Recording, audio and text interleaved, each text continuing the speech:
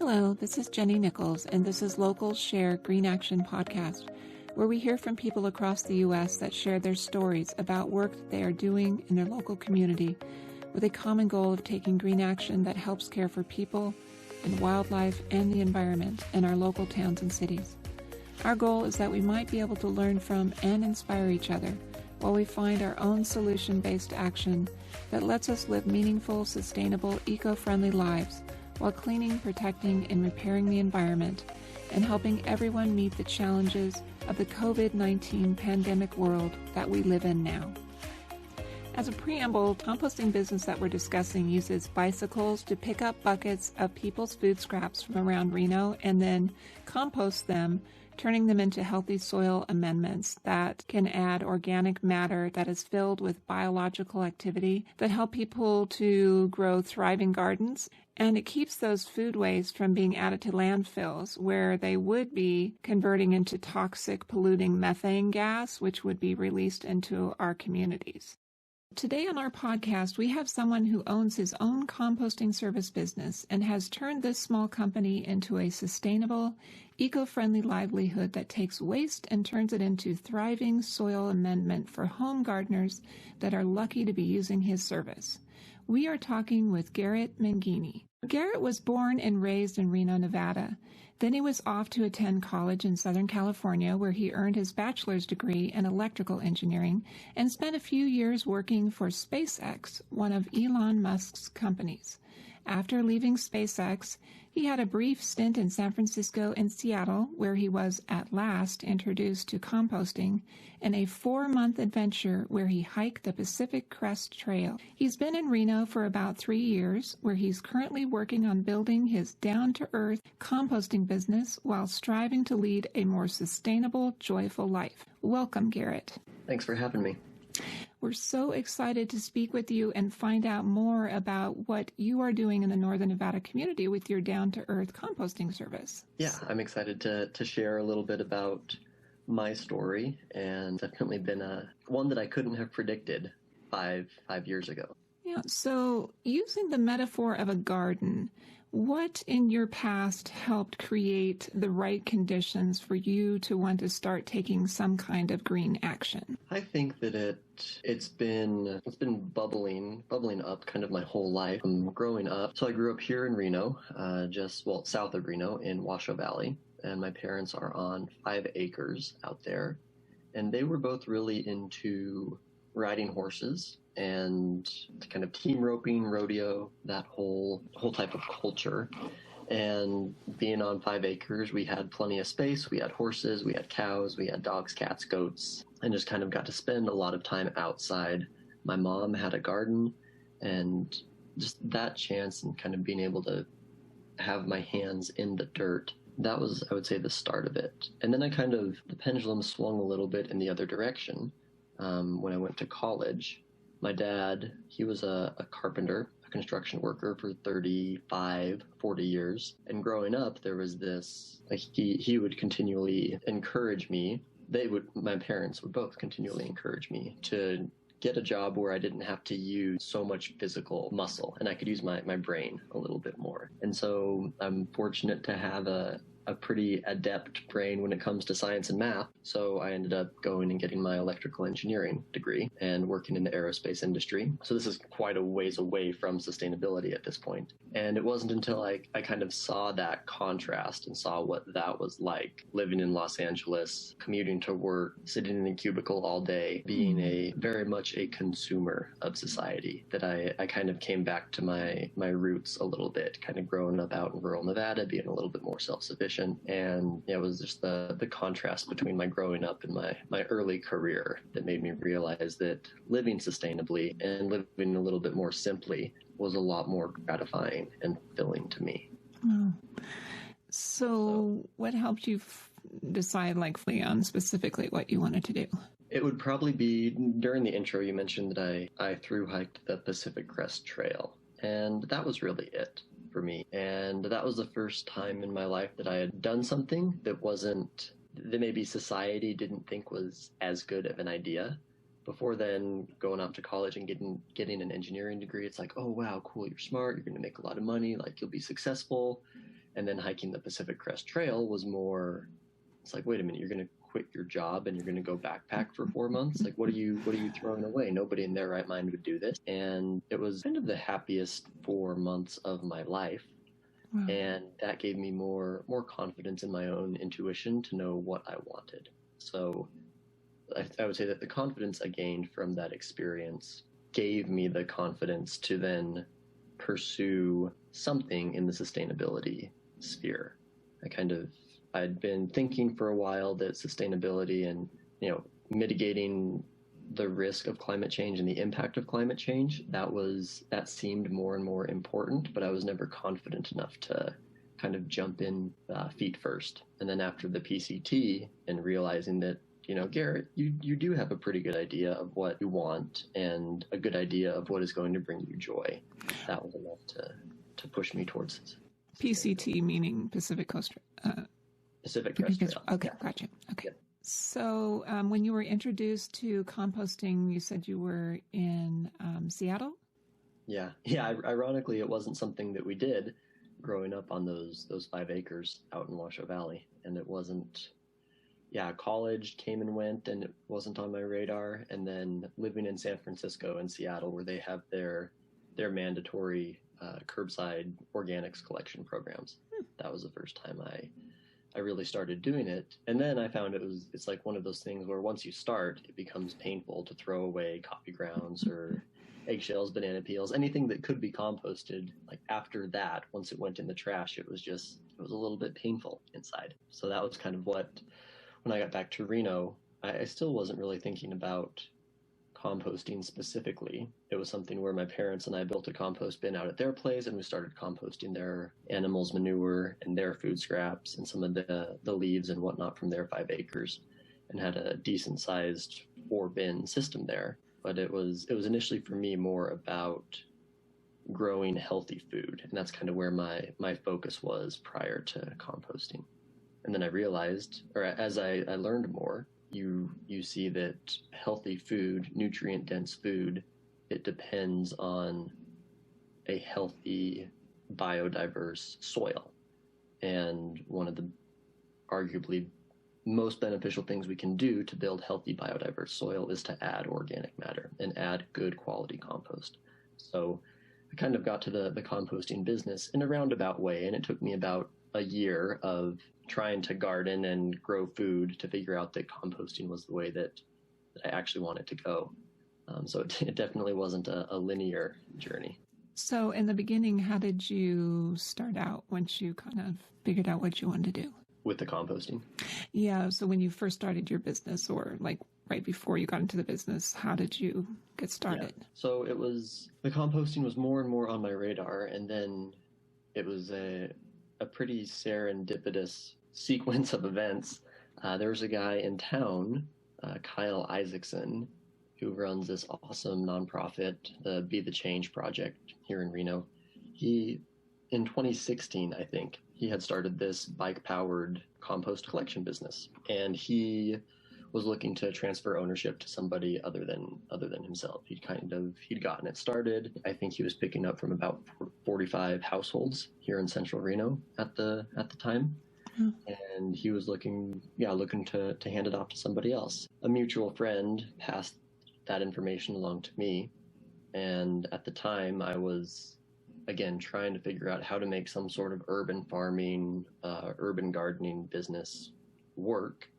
And this opportunity to operate this small composting company came up, and it was like, oh, that, composting and gardening, again, like 2 peas in a pod, that seemed like a really strong synergy.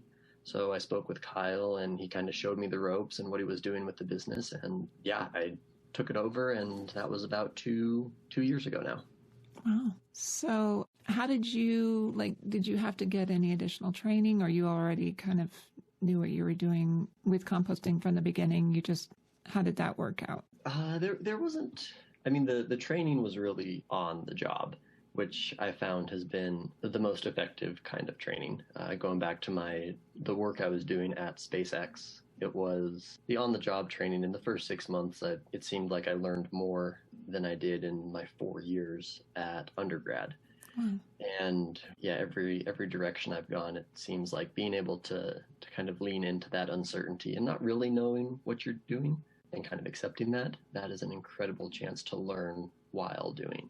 So I just kind of jumped in and, consulted the resources that are available online, a handful of composting resources here in Reno. The ILSR, Institute for Local Self-Reliance. They're a nationwide nonprofit that I think does really good work. And one of their initiatives is a community composting initiative. So they kind of link together all of the small companies like Down to Earth around the U.S. And Really? I think there's 60 to 100 of us that are doing something similar. Wow. So that's been a great resource too, to kind of see how other businesses handle their operations, how they handle customer service, how they actually set up their composting, and how they manage their compost piles so that they stay as odor-free and as nuisance-free as possible. So for me, the biggest thing has been that kind of real-world experiential learning. It definitely came with a couple hiccups. We had some very stinky compost piles initially that, what happened? One, we didn't cover, and we got an unseasonable amount of rain over the course of like 2 weeks here in Reno. So we had this waterlogged, sopping mess that just made my backyard smell lovely. So we learned really, really quickly to cover the compost bins, and then just kind of getting your mixture right, the ratio of browns to greens. And that's been the other, having a consistent mixture has been the other challenge that we've learned to deal with a little bit better. Wow.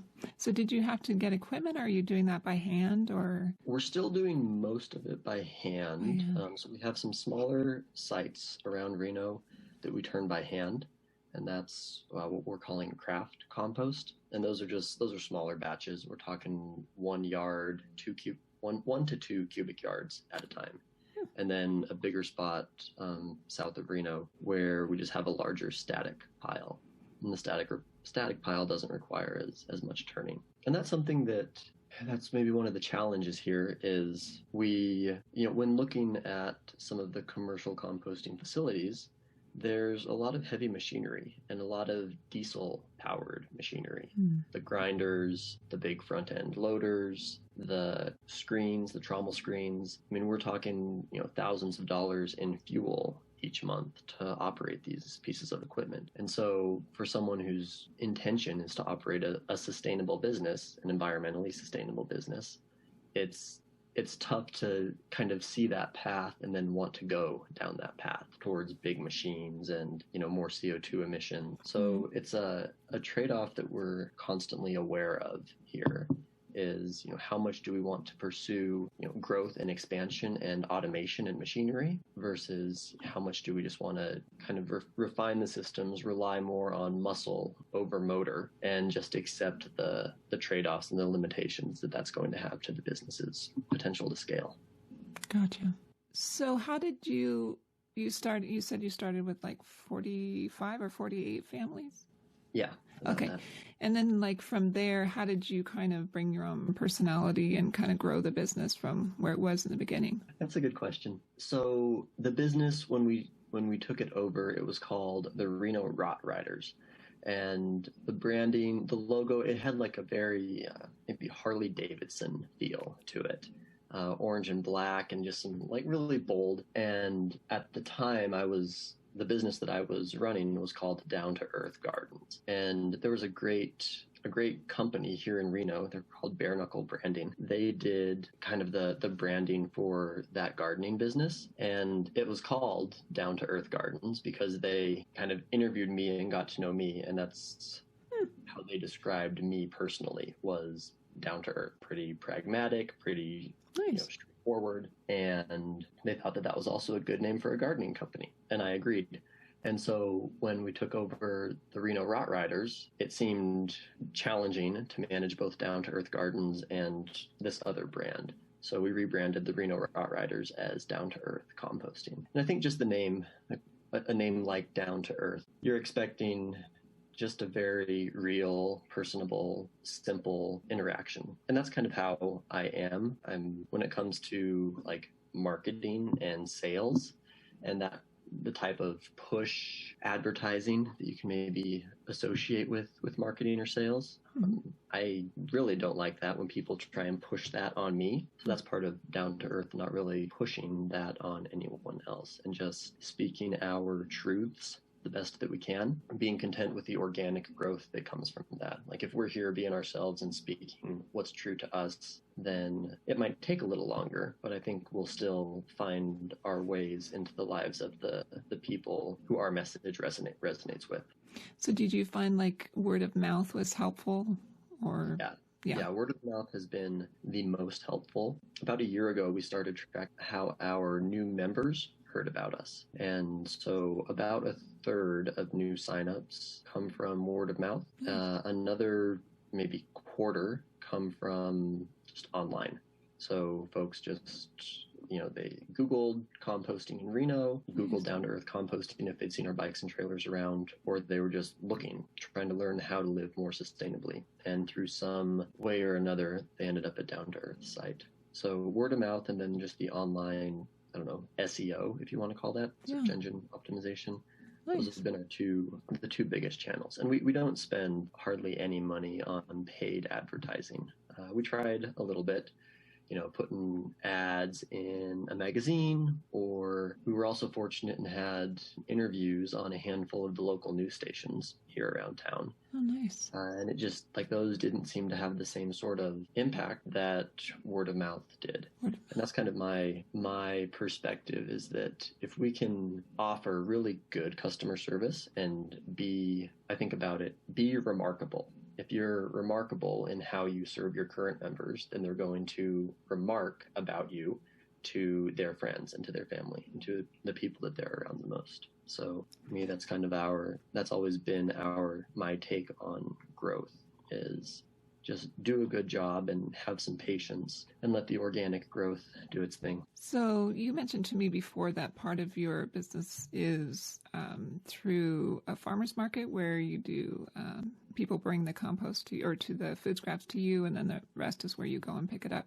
So did you start with that in the beginning? Did you? Nope, we weren't going to the farmer's market. So a rough timeline, February 2018 was when we took over the business and rebranded it as Down to Earth Composting. And then the drop-off program we ended up implementing in October or November of 2018. And we did that because we got a lot of online inquiries or phone calls that would say, hey, I'm outside your service area, because we're doing all of this pickup on bicycles, pulling bike trailers.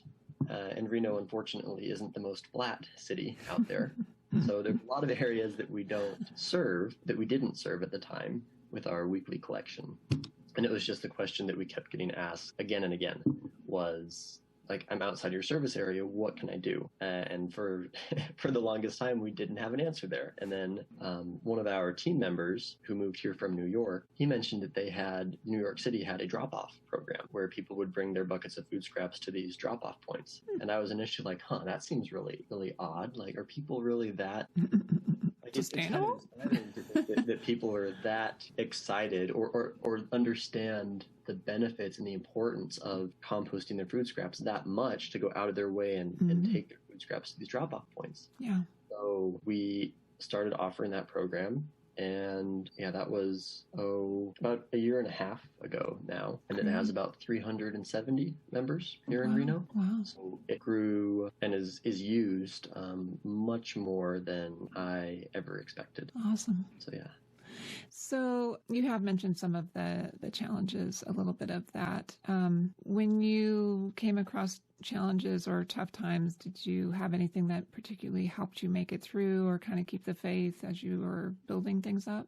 There have definitely been challenges. I think anyone who runs a small business knows that. For me, it's nothing that I would say is specific to composting, but it has been my mindfulness practice. Maybe 5 or 6 years ago, I was introduced to meditation, and I started to sit on a somewhat regular basis. I wouldn't consider it a lot, maybe a 10-minute meditation 3 to 4 times per week. And gradually I've gotten to the point where I sit for about half an hour every day. And just that the mindfulness and being able to kind of observe and notice when I'm frustrated or don't seem to have a lot of energy, or I'm placing these labels on myself and judging myself for not being a good enough business owner or for not knowing what to do. All these stories that I tell myself about how, this isn't worth it, this is too hard. That's probably the biggest challenge, is that maintaining that motivation and that the energy on a consistent day-to-day basis. And so I've found that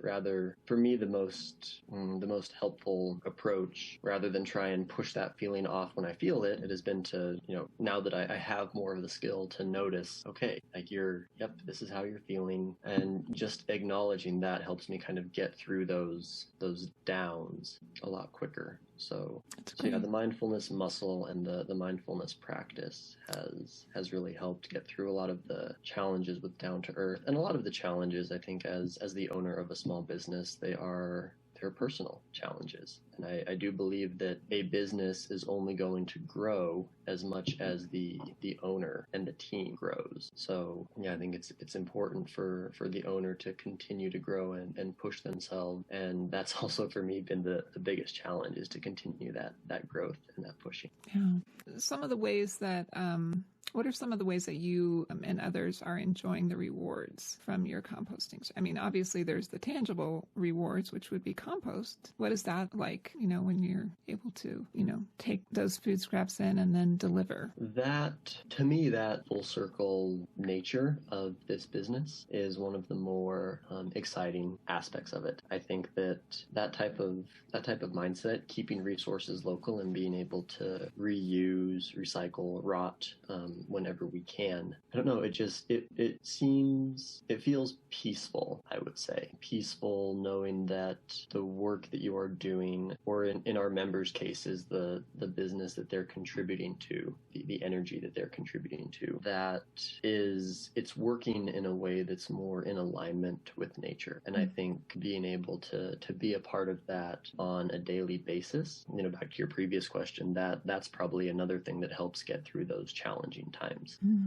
to remind yourself. And again, it's not something that I can always remind myself if I'm not being mindful and being present, but being able to step back and remind ourselves that, yes, this is, even if it only seems like a little nudge in a more sustainable, more balanced direction. Every bucket that a member drops off, or every time they set out their bucket for weekly collection, that is just a little nudge towards a more sustainable future. And so it's like being able to notice all of those moments day after day. That's awesome. Yeah, that helps keep it going. If your ideas and your experience and your wisdom were all wrapped up into new seeds of potential action that you could give to another person, maybe in another city, what advice would you give to someone who is considering this? I would say just start. And I know that's easier said than done. And it sounds so simple, just start. But that's, for me, I could sit and think about things and tell myself all sorts of stories for why this will or this won't work. And in my experience, you don't really know until you're out there doing it, trying it, messing up, but knowing that those mess ups are moving you more in the direction, they're teaching you, kind of refining the direction that you want to go or how you want to do things. And you're not going to have those learning opportunities if you don't mess up, and you're not going to mess up if you don't just start.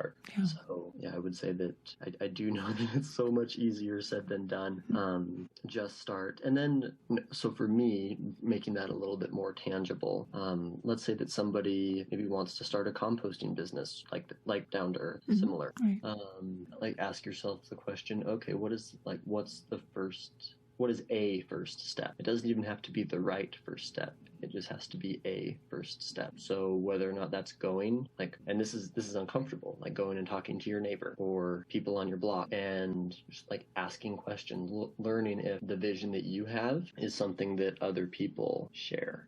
I think that's a good place to start, to make sure that you're not spending time and effort going down this path, pursuing this vision that ultimately other people don't share. Yeah.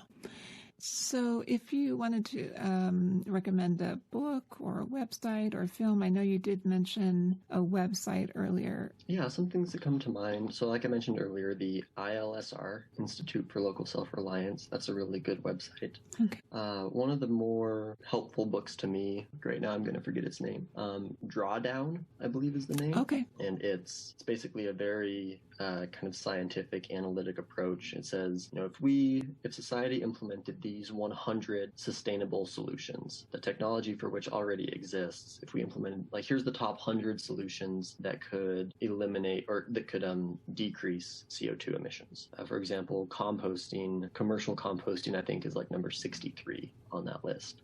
So that for me was a really good way to visualize if I'm interested in sustainability and don't really know where to start, here's 100 ideas that will all make a difference. So do any of those appeal to me? And specific to composting, Dr. Elaine Ingham, which I think you and I have talked a little bit about.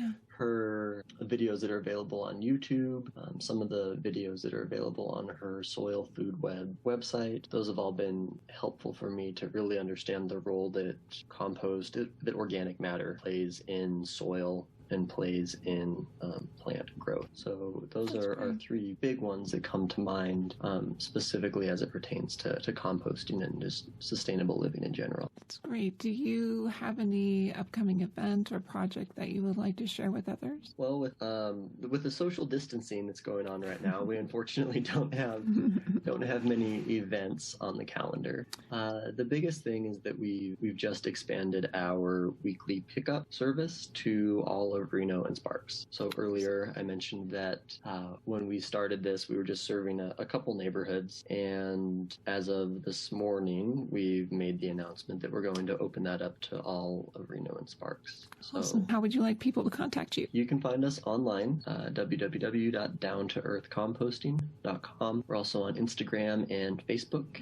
at Down to Earth Composting. Thanks for joining us for Local Share Green Action.